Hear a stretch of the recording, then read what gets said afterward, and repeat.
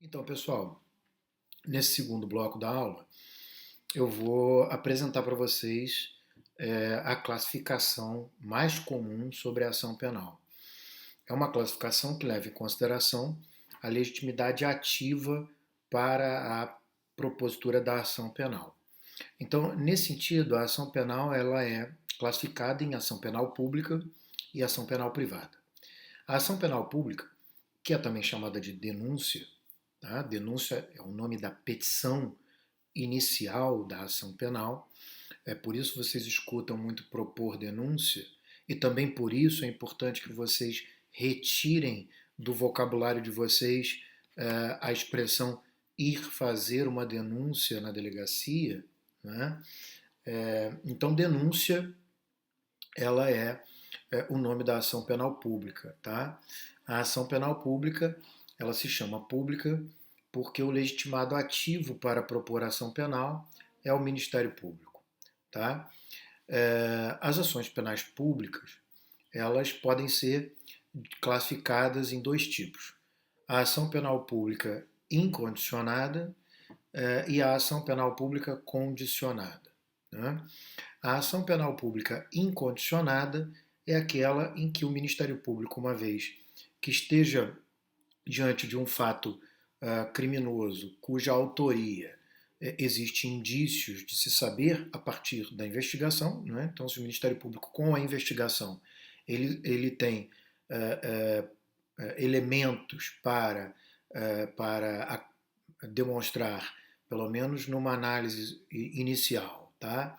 Não final, né? Então, numa análise inicial, que nós estamos diante de um fato criminoso e quem é o seu autor, então o Ministério Público deve propor a ação penal e ele não precisa da opinião ou da manifestação de vontade de quem quer que seja. Por outro lado, nós temos também as chamadas ações penais públicas condicionadas. As ações penais públicas condicionadas são assim chamadas porque a atuação do Ministério Público ao propor a ação penal depende de alguma manifestação de vontade. Então, as ações penais públicas condicionadas, elas podem estar condicionadas à representação da vítima, o que significa uma manifestação de vontade da própria vítima no sentido de demonstrar que quer que o Ministério Público proponha ação penal, ou elas podem estar condicionadas à requisição do ministro da Justiça. As ações penais públicas condicionadas à representação da vítima dependem de uma manifestação de vontade da vítima, mas não obrigam o Ministério Público pela mera manifestação de vontade da vítima, depende dos requisitos legais para propor a ação.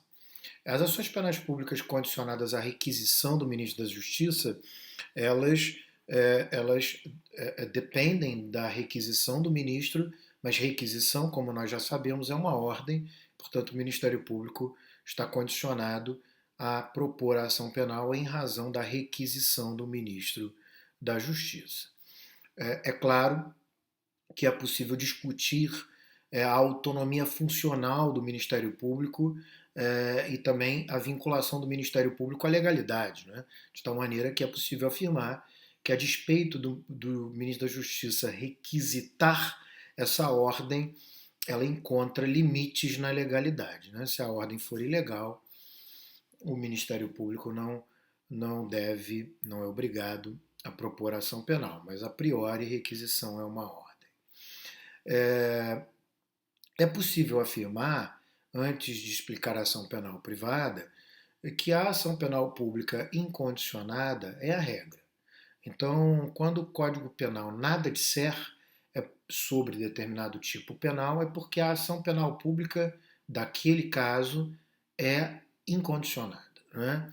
Então, nos casos, por exemplo, de homicídio, furto, roubo, peculato, estupro, a ação penal pública, a ação é penal pública e é incondicionada. Quando a ação for condicionada, o Código Penal dirá que somente se procede mediante representação. É o que acontece, por exemplo, no caso do crime de ameaça. E quando depender da requisição do ministro da Justiça, será dito expressamente somente se procede mediante requisição do ministro da Justiça, que é o exemplo clássico, é o que acontece quando ocorre um crime contra a honra do presidente da República, depende da requisição do ministro da Justiça. As ações penais privadas são também chamadas de queixa ou queixa-crime, de tal maneira que também ninguém vai à delegacia fazer queixa, né? Porque a queixa, tal como a denúncia, são o nome das ações penais. Denúncia pública, queixa privada, e como a ação penal é proposta em juízo e não na delegacia. A queixa, ela é o nome da, como já disse, da ação penal privada, e ela se chama ação penal privada porque a legitimidade para propor a ação é da vítima, né? É a vítima quem pode propor a ação penal privada. Tá? A ação penal privada, por sua vez, ela é classificada em 3 tipos: ação penal privada pessoal, ação penal privada personalíssima e ação penal privada subsidiária.